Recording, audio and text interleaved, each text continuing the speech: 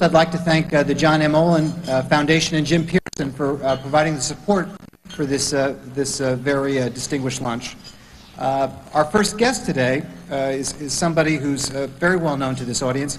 Hilton Kramer is the editor and publisher of The New Criterion, a monthly review of the arts, which has become a powerful and much-needed voice of sanity in the world of high culture. His 2 volumes of criticism, The Age of the Avant-Garde and The Revenge of the Philistines, are required reading for anyone who wishes to understand the cultural debates of our time.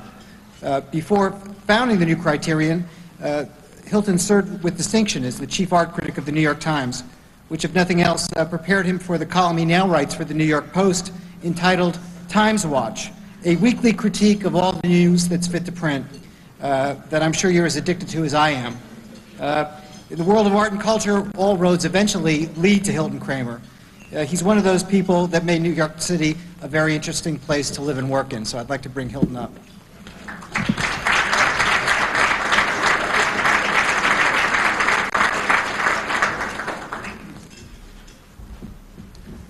Thank you very much. I thought that as a kind of prelude to the main event today, I might just briefly review some of the prehistory of the subject of the book that we have gathered to honor today. Some of us, have been waiting for this book for a long time. And it reminded me of the first book that was written about the subject, which was Alistair Cook's Generation on Trial, a trial which, in the public opinion of the time, only Whittaker Chambers was found guilty. And the whole cultural glorification of Hiss and what might roughly be called the anti-Chambers faction in this history has had quite a long now and inglorious history. It reached what I considered at the time a kind of turning point when Alan Weinstein's book Perjury was published, and particularly in the review it received from Gary Wills in the New York Review of Books at the time, in which this review said, in effect, well, Hiss was innocent even if he was guilty. And some of us, that caused a good deal of despair for some of us, because it put us, reminded us that we were politically in a kind of Alice in Wonderland world as far as Alger Hiss and Whittaker Chambers were concerned. It was only last year, actually, that Gary Wills, on the occasion of the death of the art historian Maya Shapiro, who, as some of you will recall, was a friend of Whittaker, classmate of Whittaker Chambers at Columbia, and who had picked out those famous carpets that Chambers gave to Hiss as a gift from the Soviet fatherland. And when Shapiro died, Wills wrote a column, which appeared, amazingly enough, in the New York Post, acknowledging that it was Maya Shapiro's role in the case that finally convinced him that Hiss was guilty. Unfortunately, as far as we know, Maya Shapiro never bought any rugs for Lillian Hellman, so that Gary Wills' introduction to Scoundrel Time, one of the most notorious bits of historical mendacity still on record, has never been repudiated. We're waiting for it. We're waiting for Gary Wills to finally acknowledge that Lillian Hellman was not the Joan of Arc of our time. He even, on one column, went so far as to say that Lillian Hellman had smuggled out some of Solzhenitsyn's manuscripts, which, when I reported this to Solzhenitsyn himself, he laughed so hysterically that I thought he was going to be ill. But at last, You know, today the skies are black with chickens coming home to roost for the people who believed in his innocence. The deniers are falling by the wayside. Even, you know, we have to be grateful to those totalitarian regimes for the wonderful archives they have kept.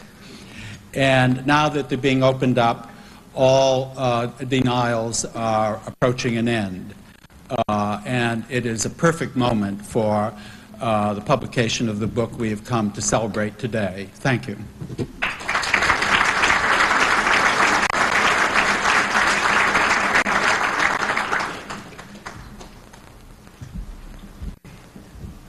When Whittaker Chambers left the Communist Party to take up the struggle against his former comrades, he lamented that he felt he had joined the losing side of history. I'm afraid that Whittaker Chambers profoundly underestimated the talents of his newfound friend, William F. Buckley, Jr. There is no one in this room, and certainly no one alive today, who has been more dedicated to ensuring that Whittaker Chambers came out on the winning side. Through his 40-odd books, his nationally syndicated column, his television show Firing Line, and most importantly his flagship magazine, National Review, Bill Buckley forged a set of conservative ideas into a conservative movement. He proved that ideas matter, and the style and brilliance of his career has been an inspiration to a generation of young men and women that followed. And so it's with great pleasure and gratitude that I welcome William F. Buckley to the Manhattan Institute.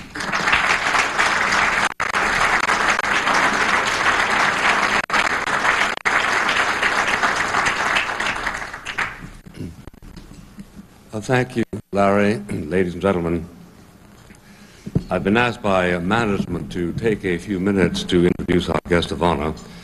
I do this with keen pleasure, derived primarily from the debt I owe him and history owes him for the effort he has made in producing this biography of Whittaker Chambers and the talent he brought to the enterprise, but derived also from his willingness along the way to tell me from time to time he was thinking and doing. It is awesome to reflect on the ways of the scholar. Sam Tannenhaus decided to undertake this book the year the wall came down in Berlin. He had graduated from Grinnell and taken a master's degree in literature at Yale, and he had published a book, Literature Unbound. He turned then at age 34 to the story of Whittaker Chambers. That was 8 years ago. In December of 1990, I need to recall the circumstances. I set sail across the Atlantic from Lisbon with a few friends. I brought along unanswered mail. One letter was from Sam Tannenhaus. You should know that Alan Weinstein, who had written his book Perjury 10 years earlier, resisted, quite understandably, itinerant spelunkers in the Hiss Chambers caverns. Men and women and boys and girls who wanted to close by and chat with Professor Weinstein about this dark and immense story. I had pleaded with him to make an exception, to see Sam Tannenhaus on the grounds of his special promise, and now I had a letter from Sam telling me he had met with the elusive proto-Hiss Chambers historian. Tannenhaus wrote me, "Weinstein promptly set me loose at stacked boxes in a room of indeterminate function. I found the gems quickly, the Maya Shapiro letters, including the postcard from Russia, the Herbert Solo letters, plus Chambers' unpublished manuscript, 1938, containing his notes from the underground. There is also precious miscellany.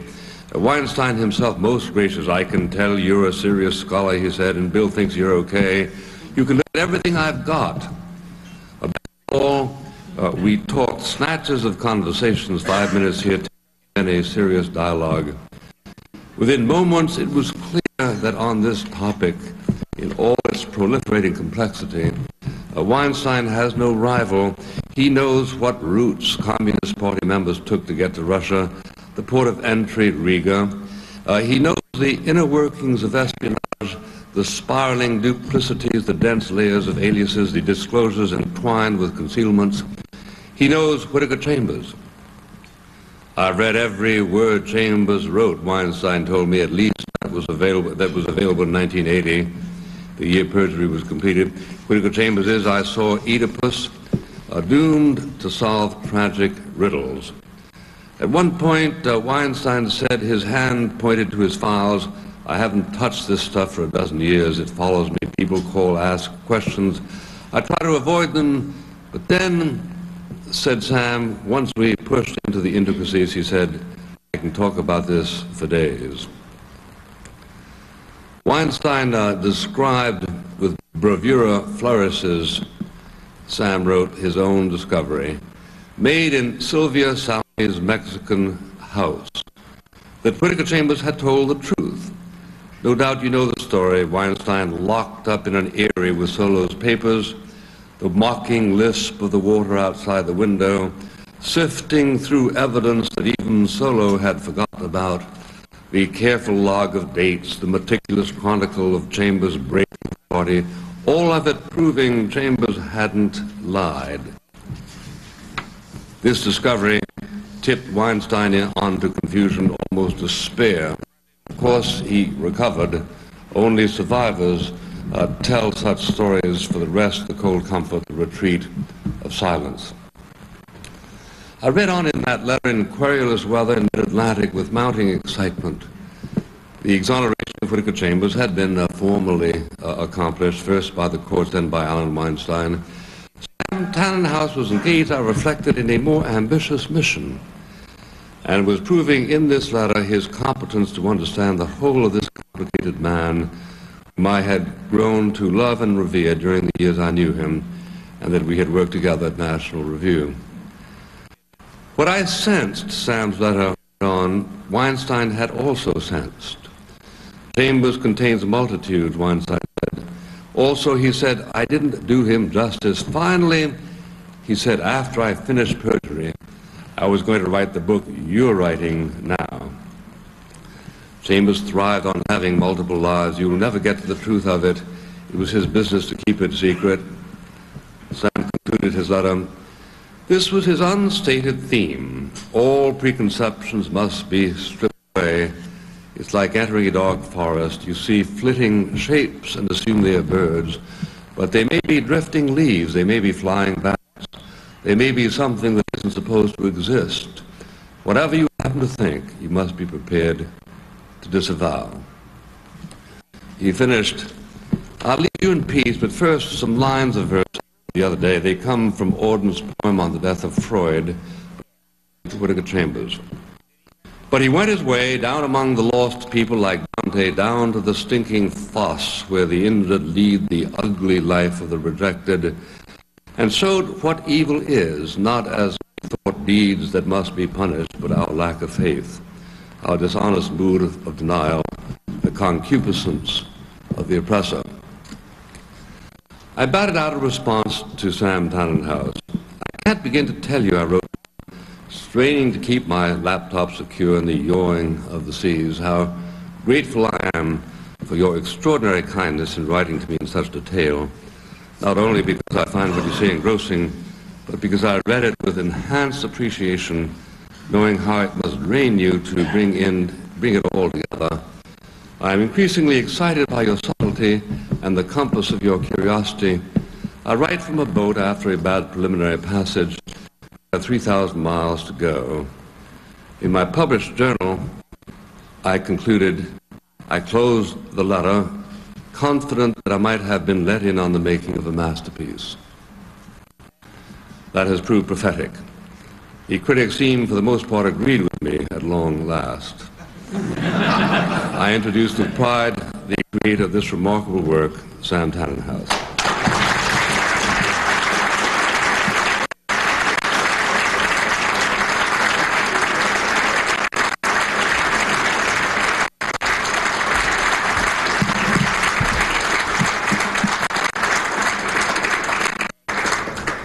Well, thanks, Hilton. Thanks, Bill. Thanks to everyone who came today. I thought I was doing myself a favor when I asked those two guys to speak. I didn't realize I'd have to follow them. But here I am, and I'll do what I can. First thing I want to say is that it seems to me there are moments in the history of a culture when one or another of its prevailing myths must be revised. And this is a sign of a culture's health and also of its evolution. We tend to think of them as being static when they're not. They're human organisms, and they grow and they change. In our history, we have many of them. In the decades before the Civil War, people began to realize that America was not a free nation, even though we thought we were. It wasn't free from slaves. The abolitionists took up the cause. It reached the mainstream. Lincoln emerged to clarify it, connect it with the larger issue of the Union, and then exalt it in the Gettysburg Address. Another moment was the Great Depression. That ended the myth that an unregulated economy could magically dispense goods and services to a vast nation. We saw that wasn't true. We had to change it. Another example, shortly thereafter, World War II. That ended the possibility that America, once it emerged as a global power, could remain in an isolationist vacuum. And one more example, the civil rights movement of the 1950s and 60s pointed out the deplorable truth about equality and justice in the United States. None of these great revelations came easily. All had to be struggled through, fought for against mighty opposition. Another such moment of redefinition came in 1948, when Whittaker Chambers, then a senior editor at Time magazine, came before the House Committee on Un-American Activities and testified he had been an underground communist agent in the 1930s, and his accomplices included a group of young dealers, most prominently Alger Hiss. The ensuing political drama, the Hiss case, caused another myth to be clarified, and that was the myth of infallible liberal virtue. Hiss seemed to embody that virtue. His public record was exemplary. More important, his 14 years in government had traced an arc or reproduced in scale the steadily enlarging vision of the New Deal. In 1933, Hiss had joined the stream of brilliant young men who left behind lucrative jobs on Wall Street and in the great law firms to help rescue a government crippled beyond imagining. He'd begun in the Agricultural Adjustment Administration, the most far-reaching and innovative of the agencies formed by Franklin Roosevelt. It was meant to rescue the farm economy. In those days, the New Deal's focus was domestic. With the advent of World War II and America's emergence as an internationalist power, Hiss was in the thick of that action too. Now in the State Department, he was a political officer, United Nations specialist who participated first in the Dumbarton Oaks conversations of 1944, at which UN plans were outlined, went to Malta in 1945 to present the U.S. side of UN negotiations, and in the spring of that year, as the Axis powers fell, he presided over the conference attended by 50 nations, at which the United Nations Charter was ratified and signed. Thus, Hiss epitomized the visionary progressivism of the New Deal.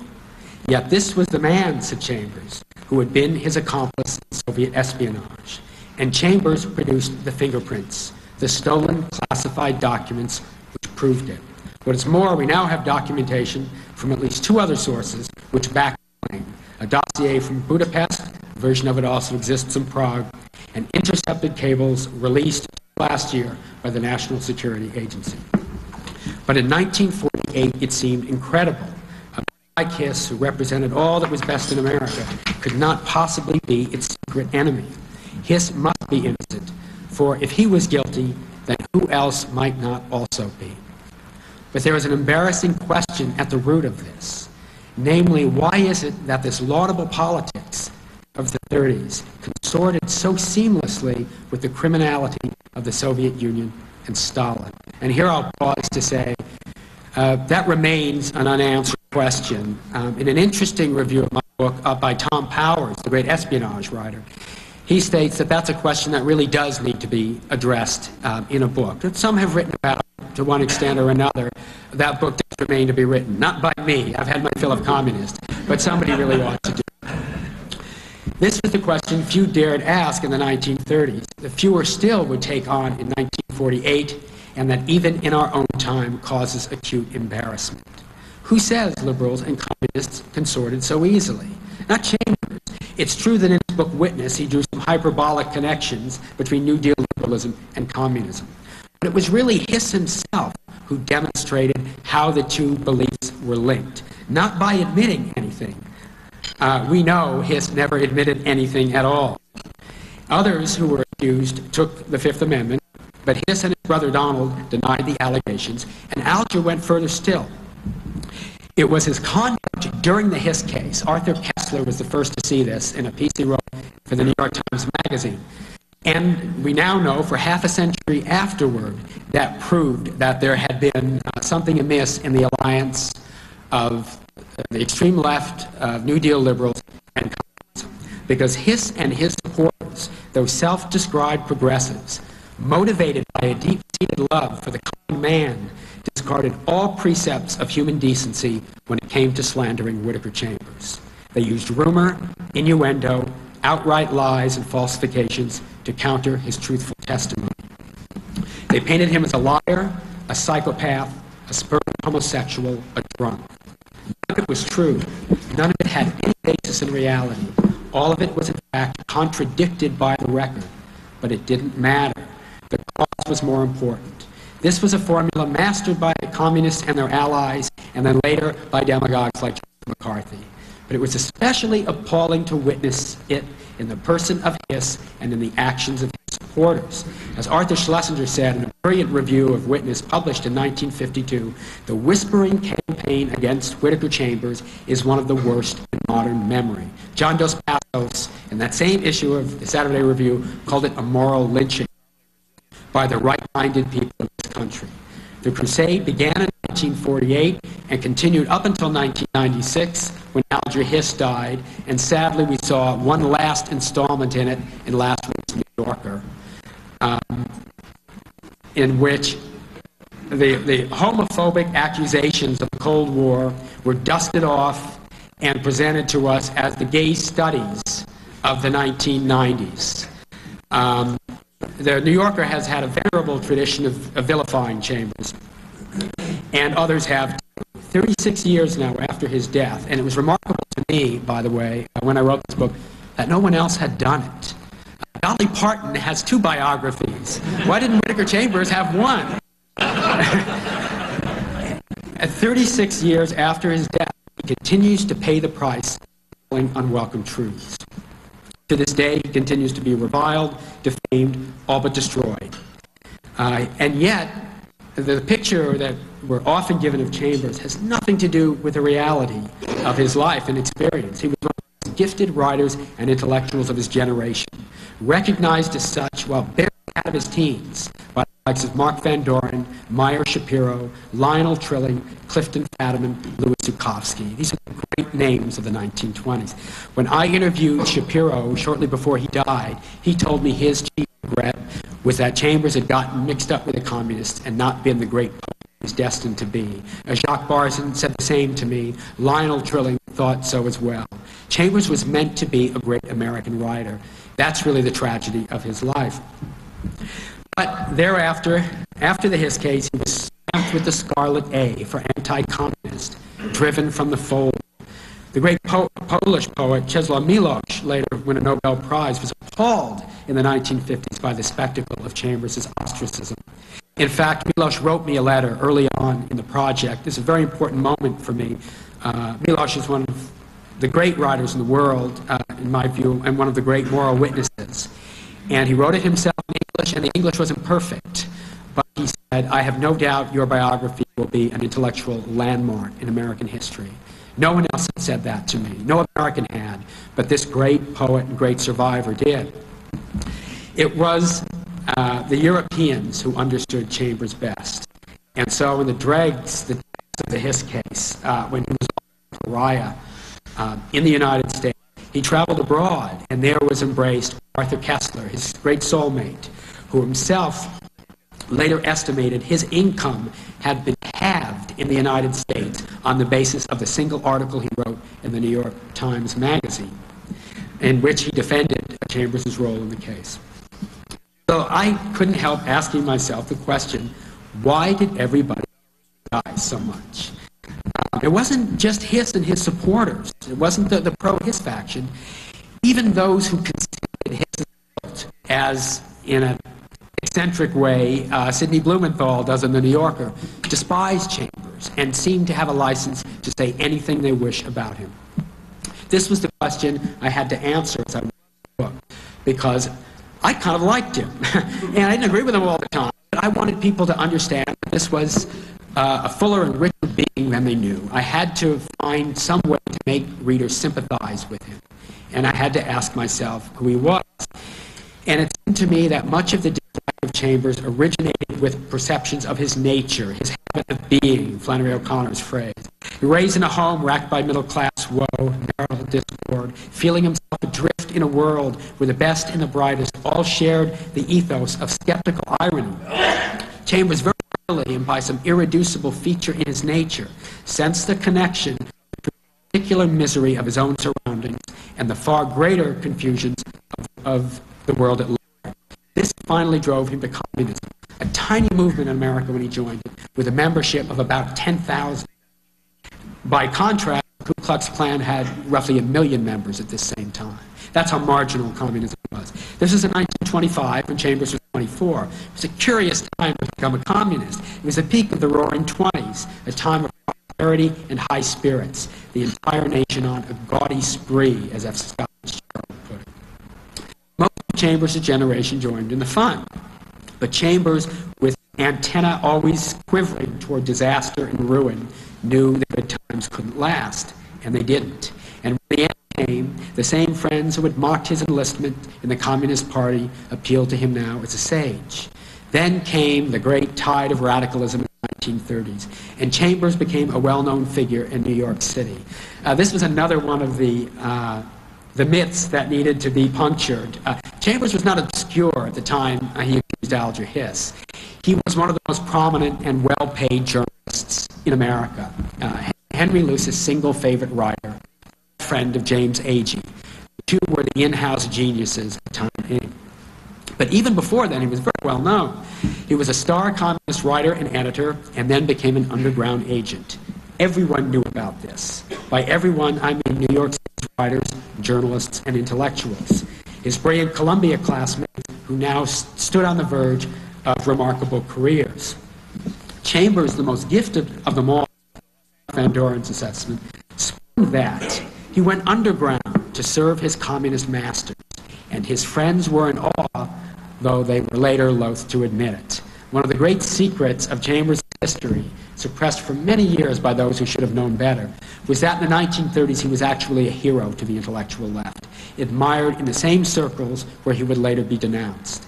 At every stage, Chambers was an embarrassment, because he lived out the creeds and accepted the dangers that others merely professed, and thereby exposed the true essence of the values they shared. He did so out of courage and conviction, but also out of his tragic historic sense. His sense that his fate was enmeshed in something larger. So too, when he defected and resurfaced, an utterly changed and haunted man. This was in 1938. The Communist Party had not yet, or rather the Soviet Union, not yet betrayed itself fully by its pact with the Nazis. That did not happen until August 23rd, 1931, the event which opened the way for Hitler to invade Poland and began World War II, and also was the impetus for Chambers' first act as an informer. Something that we forget, although I think it's spelled out clearly in the book. Chambers first announced Hiss in the late 30s. It was long before the Cold War, long before the Red Hunts or Witch Hunts. He did it because he and his advisor, Walter Krivitsky, a defector from the Soviet Union, both feared that Soviet intelligence would pass on the information it received to Nazi Germany. It was a very simple and logical step to take.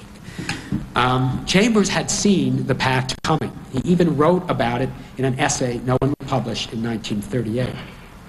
By this time, there was ample reason to wonder about the Soviets. There had been the famine contrived by Stalin, the Moscow trials, the purges, the liquidation of Trotskyists in Spain, Trotsky's deportation, and soon, in 1940, his murder. Chambers, an underground agent reporting to Russian supervisors, saw all this. Some of his comrades had been summoned home to Moscow and then imprisoned, tortured, and shipped to the Gulag. Some never emerged.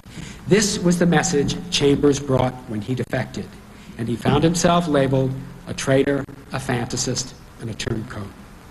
Desperate after his break, he found a job at Time Inc., where he alienated much of the staff by his newfound anti-communist views. He had the effrontery to call Stalin a dictator, and in 1944 and 45 to predict a Soviet bloc would form in Central and Eastern Europe.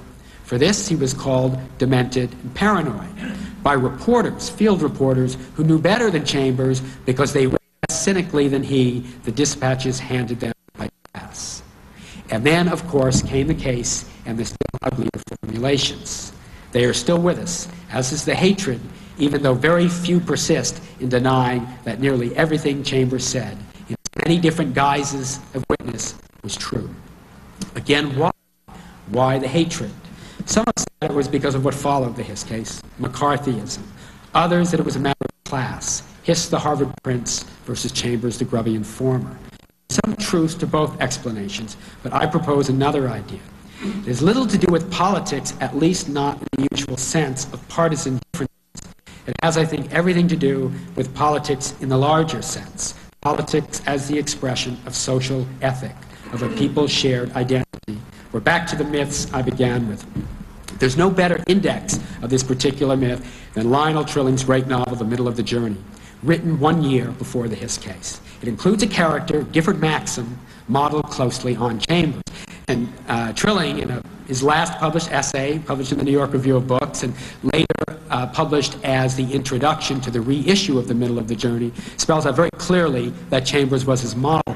In fact, he was so afraid readers would recognize Chambers that he made sure to give his character a healthy set of teeth, because that's how closely he had come to portraying Chambers.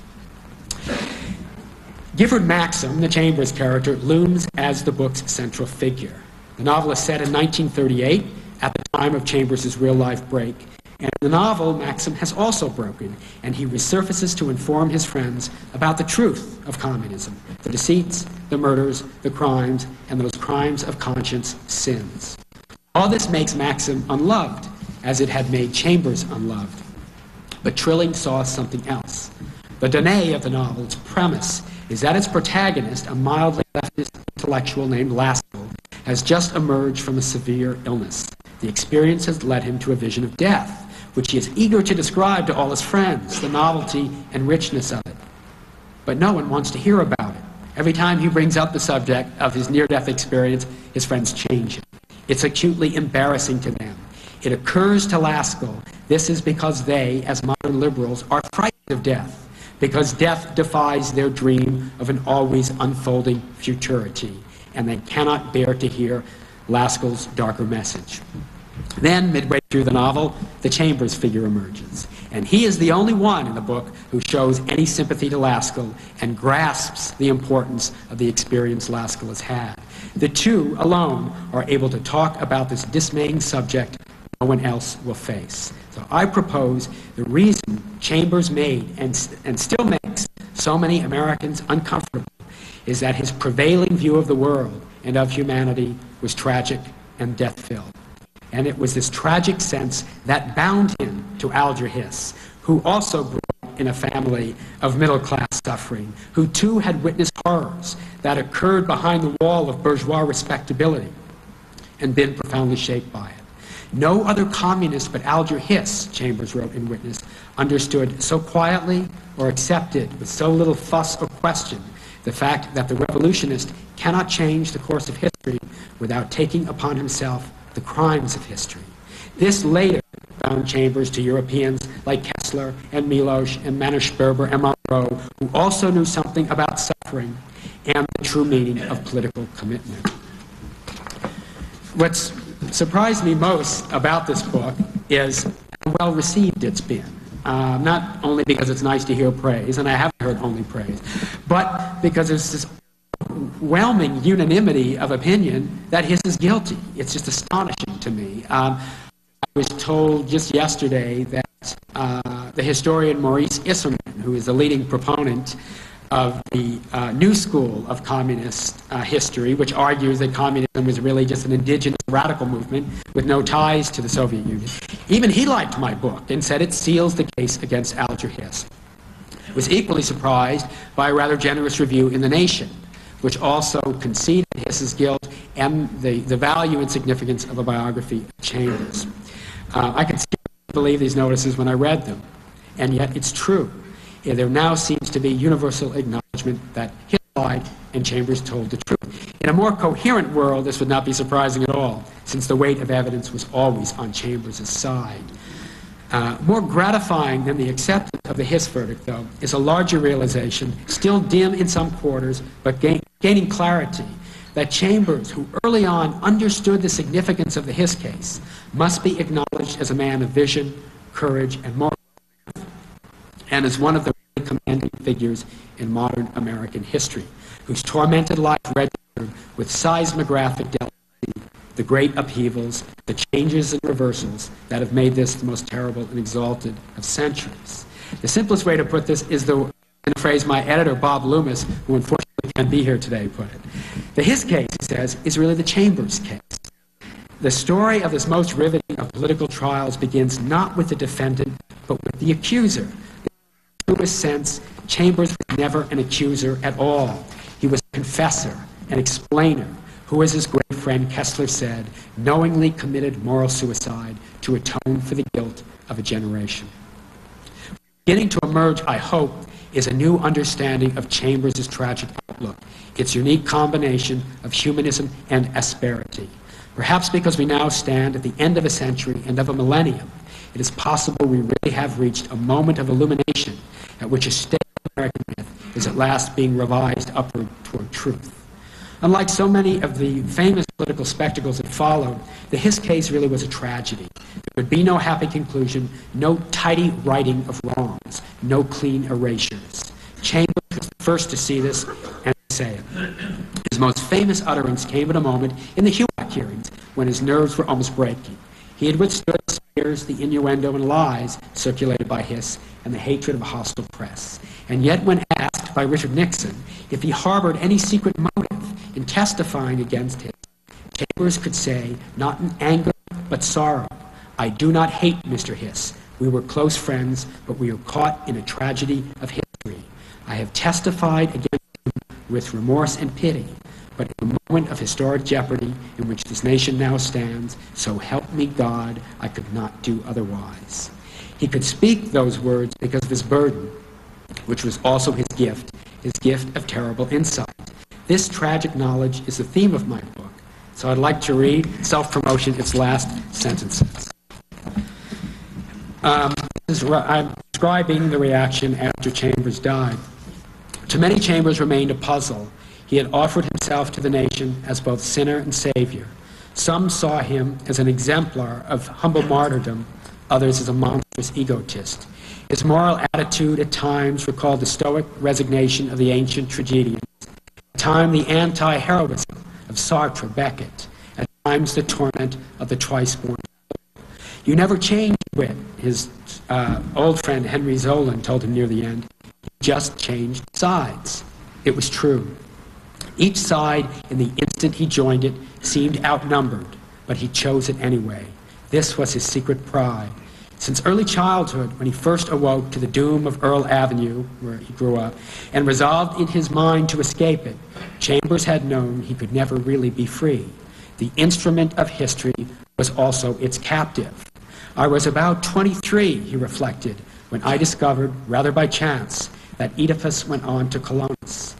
In the tragedy of history, there was always another act, always another penalty, and there can be no justice, only pity for those still standing when the curtain falls." Thank you.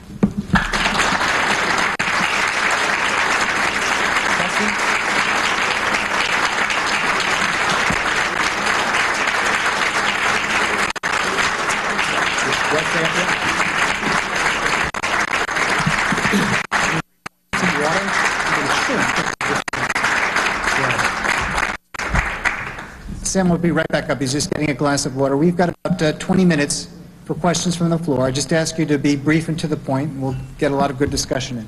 Okay.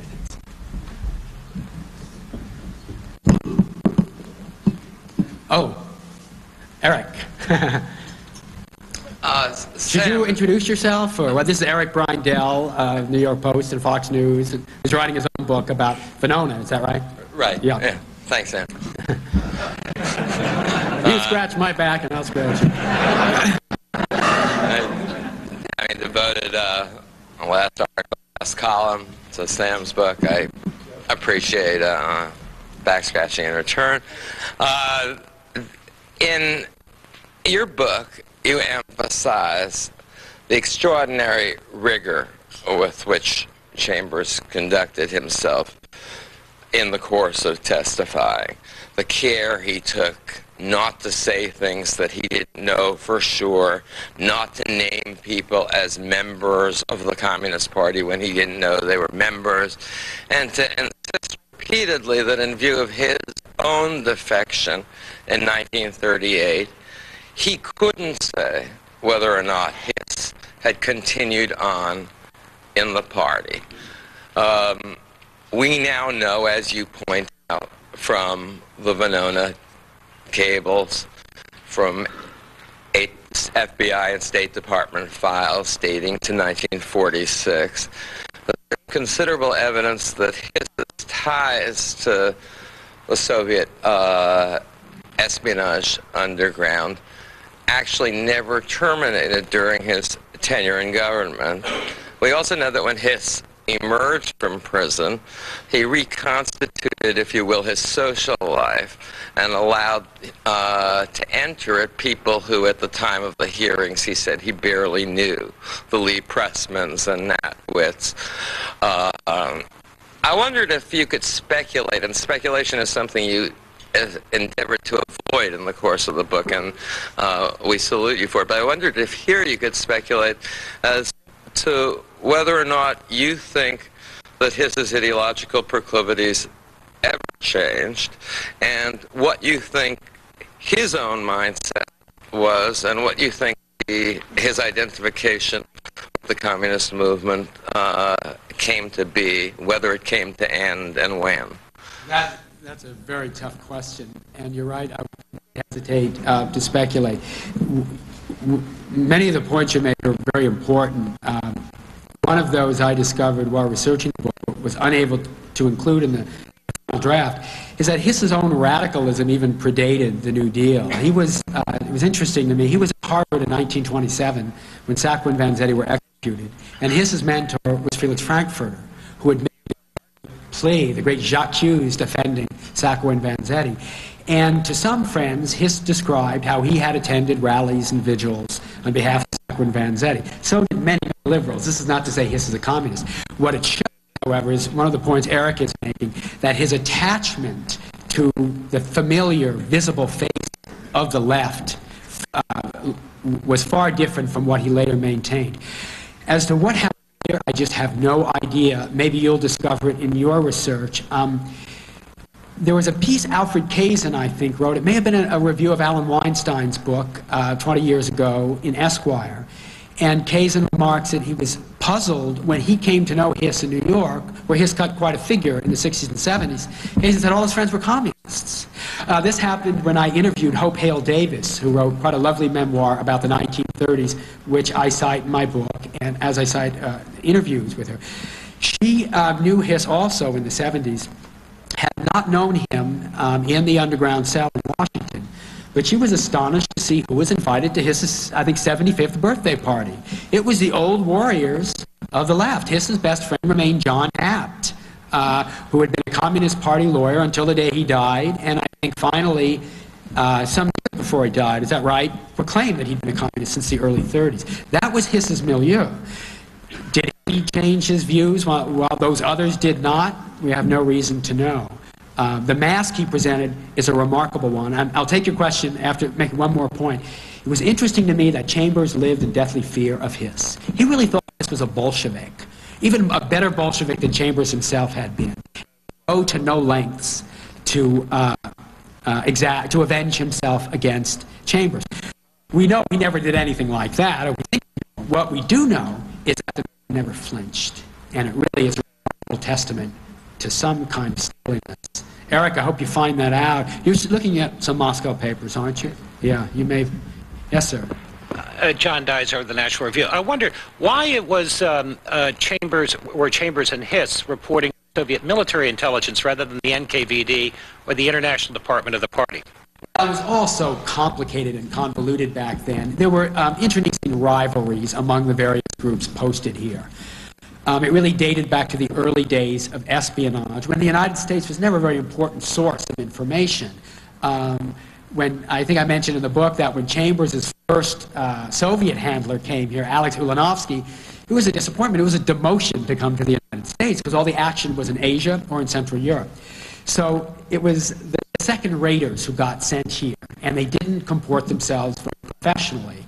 And of the three branches, the Comintern Underground, the NKVD or OGPU, what we call the KGB, that branch of intelligence, and military intelligence, GRU, which Chambers worked for, there was constant stealing of operatives, turf battles, and Chambers just kind of moved from one to another. Now, there was very good reason for Hiss to be involved in that, because at an early stage, as early as his service in the Nye Committee, the Senate Committee investigated the munitions industry in 1934, at that isolationist peak in American political culture, Hiss had access to military documents and State Department documents because the committee was analyzing them. So it made sense for Hiss's material to go through that branch. And Chambers, because he was so good at languages and could speak German with Soviet handlers, German was the lingua franca of the movement at that point, was a natural operative then for the overseas figures who came, most of whom came through the GRU. So that probably explains that connection. Anybody else? Yeah. Yes, Terry. Terry Teachout, who gave my book an early review. Thank you. Sam, in that review, I remarked on the objectivity with which you presented Chambers as a character, and I suggested that it struck me that perhaps this objectivity came in part from the fact that you did not yourself find him an altogether sympathetic character. Especially in light of what you've said to us today, I wonder if you might tell us a bit about how your view of Chambers' character evolved in the course of working on this book. I have enormous sympathy and admiration for Chambers. I don't think he was right all the time.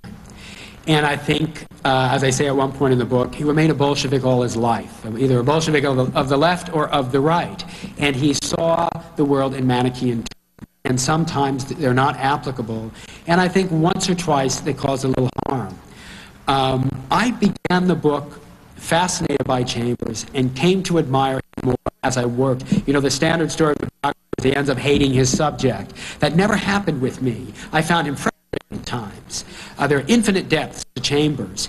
And sooner or later, I would find myself accusing him of something that he later had to exonerate him for. He showed, for instance, enormous kindness and patience with his colleagues at Time magazine. He was treated very badly there, and what very few even now are willing to admit was Chambers was right. What made Chambers hated was simply what I said in the remarks. He said that with the Nazis back to Germany, a vacuum will open up in Central Europe, and the Soviets will fulfill it. They'll fill it, and a durable Soviet empire will supplant a permanent Nazi one. The importance of that idea didn't become real to me until I read an essay by Joseph Brodsky, the great Russian poet, deceased, who wrote a beautiful piece on Auden's poem, September 1, 1931. I think it's a lecture he actually delivered at Columbia University. And at one point he's going line by line through Auden's great poem, which was a great inspiration to me as I wrote the poem. And Brodsky says to these students, offhandedly, he says, by the way, in the poem here, Auden implies that with a Nazi invasion of Poland, that country will no longer be free. And then Brodsky adds, this is in the 1980s, and of course it still isn't. That was the first time I realized that a great writer and human Brodsky could have a view of things that was kind of like Chambers's. And this kind of reawakening or enlightenment came time and time again. He was not wrong about very much, Chambers was. And in the lines from Auden, another poem, which Bill quoted, there are some others that I include in the epigraph to the book, in which Auden says, if often he was wrong and at times absurd, perhaps it was because he was surrounded by enemies so long. And some of Chambers' harshness and that extreme quality in his outlook and his prose was the reflection of what he received among those around him.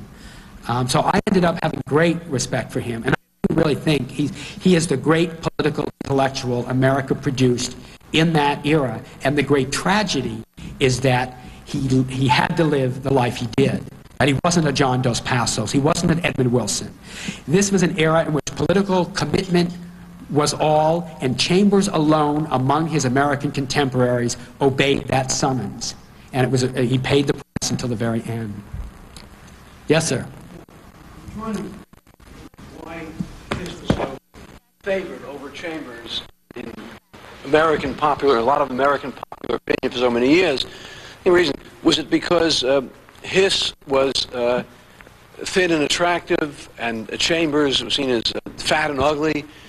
Was it because Chambers was seen as an ally of Richard Nixon, and Hiss was seen as an ally of Franklin Roosevelt and good things?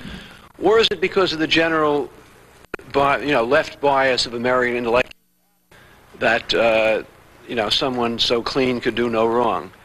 Could you tell us a little bit more about the components that we're now 40, 50 years later, only now do you have a general acknowledgement of Hiss's guilt?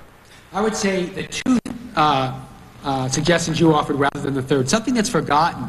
Chambers himself forgot it. And this, Terry, is one of the things that bothered me a little about it. He makes it sound as if he were alone during the Hiss case. In fact, the New York intellectual community was very strongly anti-communist. They knew very early on he was telling the truth about Hiss for a very simple reason. They all heard him tell that story in 1938. Herbert Solow, Lionel Trilling, Meyer Shapiro, Sidney Hook, they knew it all. In fact, when Chambers first testified before HUAC, his friend Herbert Solow came to him and said, "How come you left out Larry Duggan? Why didn't you put them all in there?" And this is what Eric was referring to, actually. Chambers then described to Solow, who recorded it, he was a journalist, Solow, who wrote everything down and then signed affidavits. Chambers gave him several reasons why he would not testify against Duggan. One, he had never dealt with him personally. Two, he had a feeling Duggan was really only a fellow traveler and his views might have changed. Third, he was a family man, Chambers understood, and he didn't want his children to be harmed. That side of Chambers was known to people in New York. There's a fascinating coincidence of phrases by the two most gifted of Chambers' early friends, Lionel Trilling and Meyer Shapiro. They both, in different contexts, use the identical phrase, maternal solicitude, to describe Chambers' relations with his friends. He cared for people, over them. That didn't seem to matter in the highly charged context of the HUAC hearings. It was the beginning of the television era. He did not make the impression Hiss did, and as I tried to point out in the remarks I just made, Hiss, as you said, was tied to too much that was valued and treasured by too many people. If Hiss so staunchly insisted on his innocence, as he did, it was very difficult for others to give him up.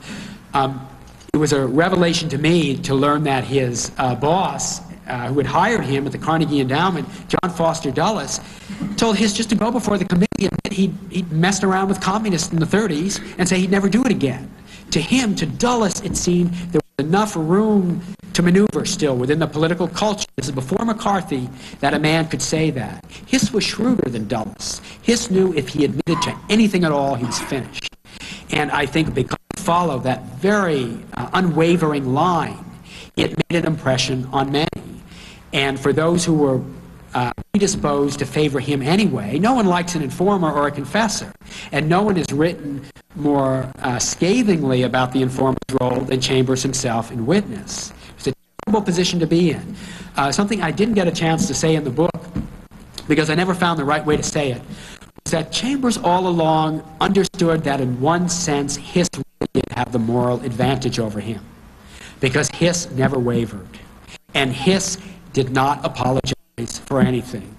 Chambers' great hero in the Moscow trials was Bukharin, Nikolai Bukharin, who came before his accusers and said, "You're right, I'm guilty of everything you accuse me of," even though Bukharin knew it wasn't true. It was Bukharin's last act of fidelity to the cause.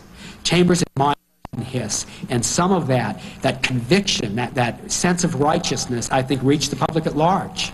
He was a very easy man to believe. Yes? Did you try to interview any of Alger Hiss's old friends, the ones who stuck to make right? I did not. There weren't many of them left, for one thing. I did try to reach Victor Perlow, who still lives up the river from me in Croton, without success. I tried to interview Alger Hiss himself and was not surprised when he turned it down.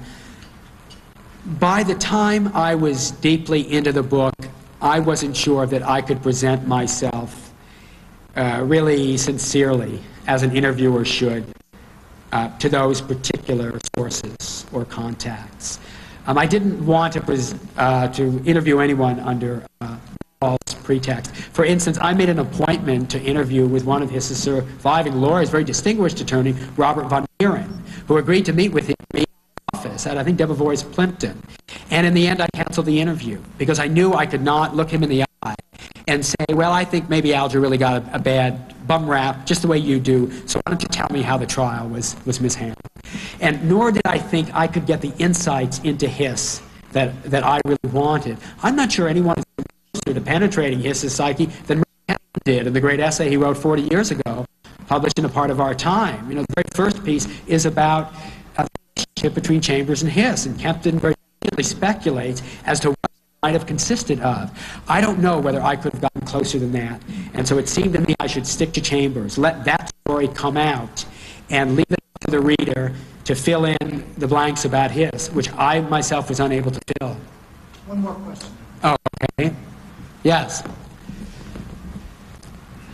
When Secretary of State made a statement that I will not turn my back on Alger Hiss, did you get any feeling from any of your research whether at that time that meant that even if he was guilty, or did he not know, or did he know? No, I think that Atchison had reason to suspect Hiss was guilty. In the book, I mention at one point the ambiguities in Atchison's relationship to the case. Very early on, Alger Hiss had asked Atchison to be his attorney. This is something I found in my research. And Atchison turned him down, and William Marbury, distinguished lawyer from Baltimore, took the case instead. If you look at Atchison's remarks, he begins by saying that he will not comment on the verdict. He does not challenge the verdict in any way. He meant in a personal way he could not turn his back on Hiss. Later he regretted those remarks, the 11 words, the awful phrase he called it, and wished he hadn't said it. He seems to have had a personal sense that Hiss could not have done such a terrible thing. So did George Kennan, by the way. And yet Atchison and Kennan became really the architects of our Soviet containment policy. It's not as if they had misunderstandings about communism or Sovietism. They just had known him personally, and enough of the old school ties of personal loyalty, which I think Chambers understood, was enough to temper Atchison in his reaction to Hiss. His great friend was Alger's brother, Donald Hiss, who joined his law firm in Washington. That does it? Where's Sidney Blumenthal? I thought he'd have a question.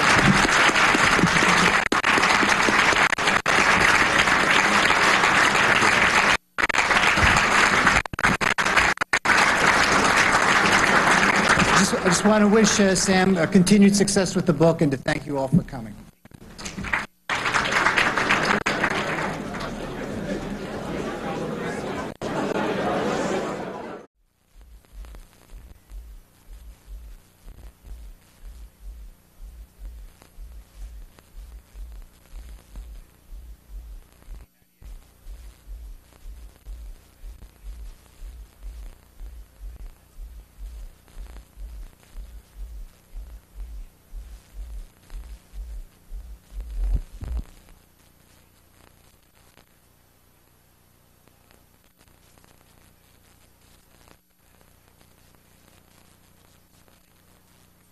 I'd like to thank the John M. Olin Foundation and Jim Pearson for providing the support for this very distinguished lunch.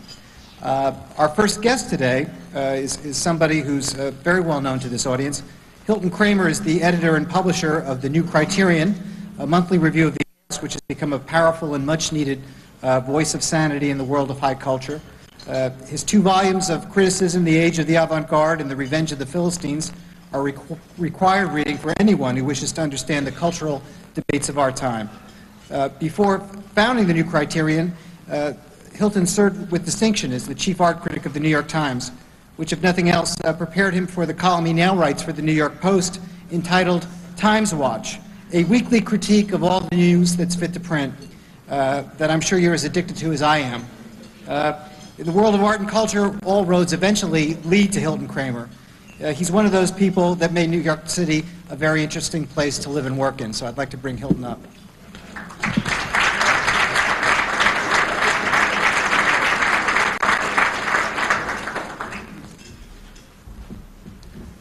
Thank you very much. I thought that as a kind of prelude to the main event today, I might just briefly review some of the prehistory of the subject of the book that we have gathered to honor today. Some of us, have been waiting for this book for a long time. And it reminded me of the first book that was written about the subject, which was Alistair Cook's Generation on Trial, a trial which, in the public opinion of the time, only Whittaker Chambers was found guilty. And the whole cultural glorification of Hiss and what might roughly be called the anti-Chambers faction in this history has had quite a long now and inglorious history. We have to be grateful to those totalitarian regimes for the wonderful archives they have kept. And now that they're being opened up, all denials are approaching an end.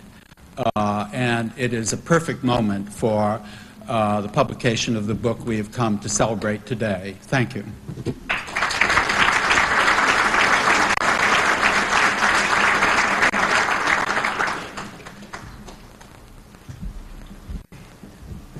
When Whittaker Chambers left the Communist Party to take up the struggle against his former comrades, he lamented that he felt he had joined the losing side of history.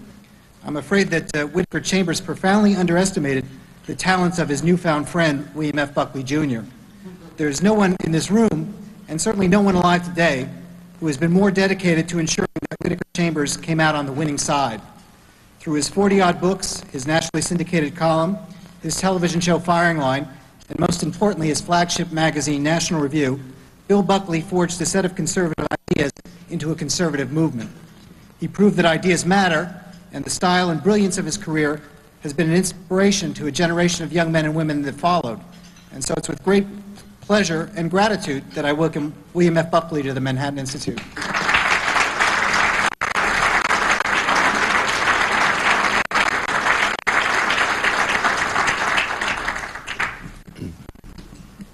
Thank you, Larry. Ladies and gentlemen, I've been asked by management to take a few minutes to introduce our guest of honor. I do this with keen pleasure, derived primarily from the debt I owe him and history owes him for the effort he has made in producing this biography of Whittaker Chambers and the talent he brought to the enterprise, but derived also from his willingness along the way to tell me from time to time what he was thinking and doing. It is awesome to reflect on the ways of the scholar. Sam Tannenhaus decided to undertake this book the year the wall came down in Berlin. He had graduated from Grinnell and taken a master's degree in literature at Yale, and he had published a book, Literature Unbound. He turned then at age 34 to the story of Whittaker Chambers. That was 8 years ago. In December of 1990, I need to recall the circumstances. I set sail across the Atlantic from Lisbon with a few friends. I brought along unanswered mail. One letter was from Sam Tannenhaus.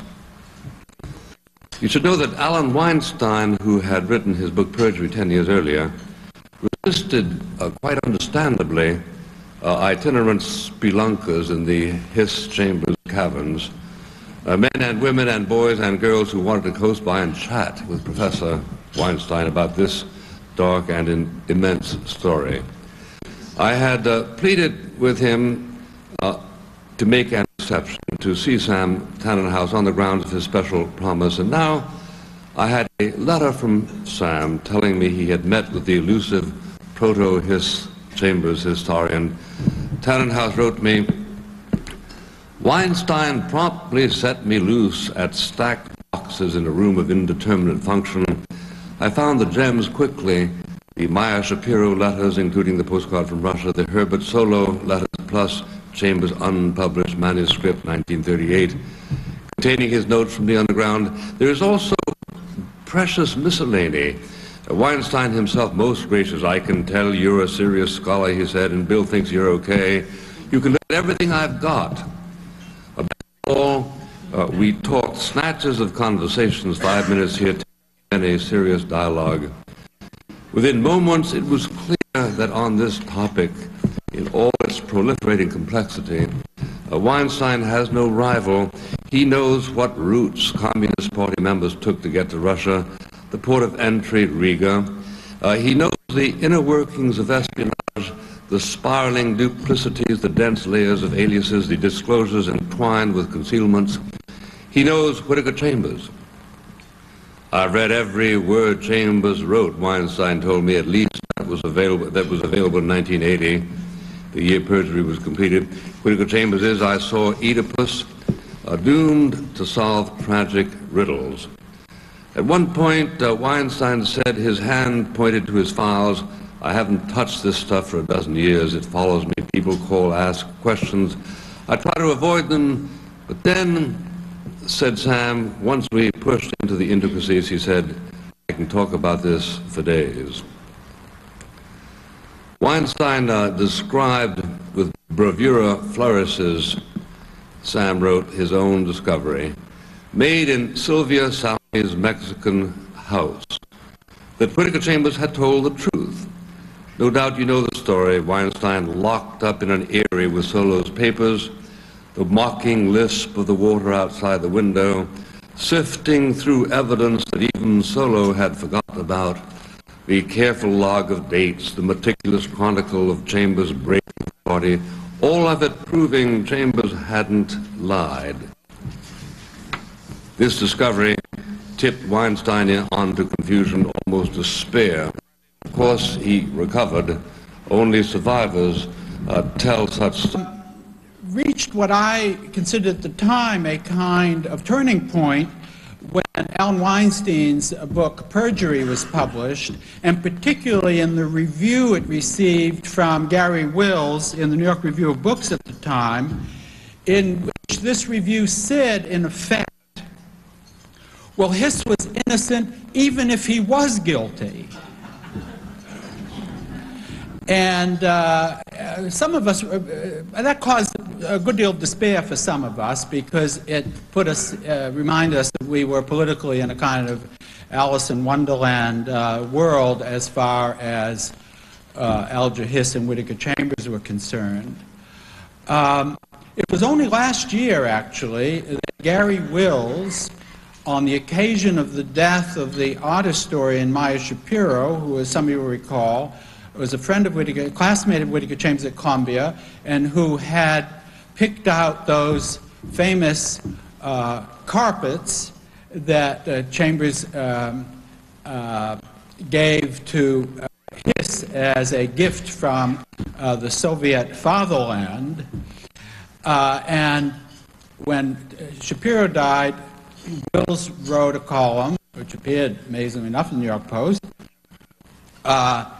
acknowledging that it was Maya Shapiro's role in the case that finally convinced him that Hiss was guilty. Unfortunately, as far as we know, Maya Shapiro never bought any rugs for Lillian Hellman, so that Gary Wills' introduction to Scoundrel Time, one of the most notorious bits of historical mendacity still on record, has never been repudiated. We're waiting for it. We're waiting for Gary Wills to finally acknowledge that Lillian Hellman was not the Joan of Arc of our time.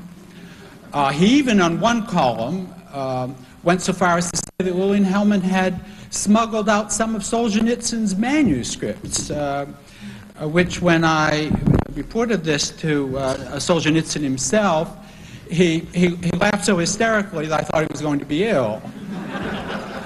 But at last, you know, today the skies are black with chickens coming home to roost for the people who believed in his innocence. The deniers are falling by the wayside. Even, you know, stories for the rest, the cold comfort, the retreat of silence. I read on in that letter in querulous weather in mid-Atlantic with mounting excitement. The exoneration of Whittaker Chambers had been formally accomplished, first by the courts, then by Alan Weinstein.